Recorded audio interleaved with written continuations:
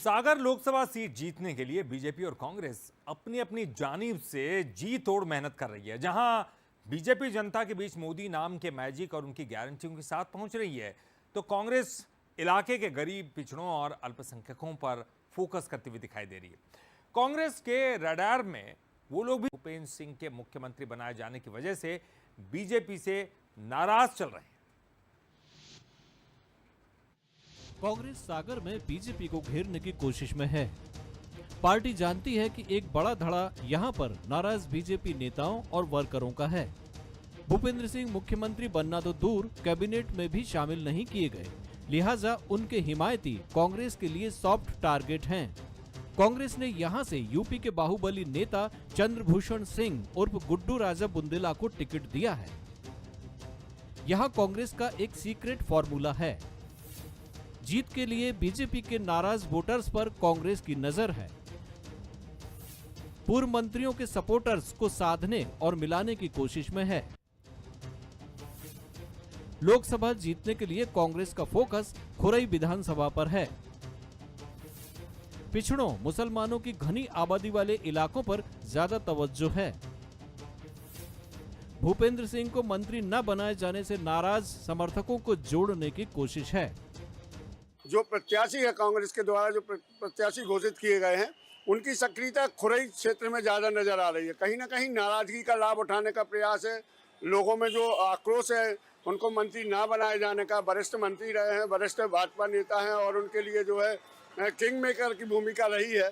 ऐसी स्थिति में उनका जो जन समर्थन है वो काफ़ी भारी है और इसका लाभ उठाने का प्रयास कांग्रेस के द्वारा खुरई विधानसभा में किया जा रहा है। हमारे सागर जिले में जो भारतीय जनता पार्टी के कद्दावर नेता रहे हैं और जिन्होंने भारतीय जनता पार्टी को खड़ा किया है, उसे भारतीय जनता पार्टी ने नकार दिया है। कांग्रेस पार्टी का ये मानना है कि कांग्रेस पार्टी में जो कार्यकर्ता है उसका सम्मान होता है और भारतीय जनता पार्टी के लोग भी इस बात को समझ रहे हैं कि कांग्रेस पार्टी में कार्यकर्ता का सम्मान है, इज्जत है और संभव है कि वो इस तरह की जो हमारी कार्यप्रणाली उसको देख के कांग्रेस को सपोर्ट करेंगे। मुझे उम्मीद भी लगती है कि वो सारे लोग कांग्रेस को सपोर्ट करेंगे। बीजेपी ने वुमेन एम्पावरमेंट का मैसेज देते हुए लता वानखेड़े को टिकट दिया है। पार्टी लता के जरिए ओबीसी वोटर्स को साधने की कोशिश में है। सागर लोकसभा में पड़ने वाली 8 में से 7 सीटें बीजेपी के पास हैं। यहाँ वो कांग्रेस से आगे नजर आती है। भूपेंद्र सिंह जी खुरई से 42,000 से जीते थे। उन्होंने अभी कहा है हमारी जो कोर कमेटी होती है उसमें हम खुरई विधानसभा में लगभग 75,000 से ऊपर की लीड करेंगे। और बीना में हम कई कारण से हार गए थे, लेकिन इस बार बीना हम ऐतिहासिक रूप से लोकसभा क्षेत्र के अंदर हम जीतने वाले हैं। सर्व समाज का कल्याण करने के लिए भारतीय जनता पार्टी की सरकार काम कर रही है। मोदी जी की गारंटी काम कर रही है। आज सारे लोकसभा क्षेत्र के अंदर मतदाता बहनों और भाइयों भारतीय जनता पार्टी के पक्ष में मतदान करने वाले हैं। गुड्डू राजा बुंदेला की खुरई और सागर के आसपास अच्छी पकड़ है। ऐसे में लोकल वोटर समेत वो तमाम रणनीति पर काम कर रहे हैं जिससे कांग्रेस की झोली बीजेपी के वोटर्स से भर सके।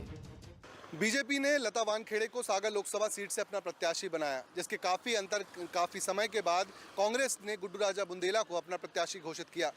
राजनीतिक जानकारों का मानना है कि इसके पीछे कांग्रेस की रणनीति है।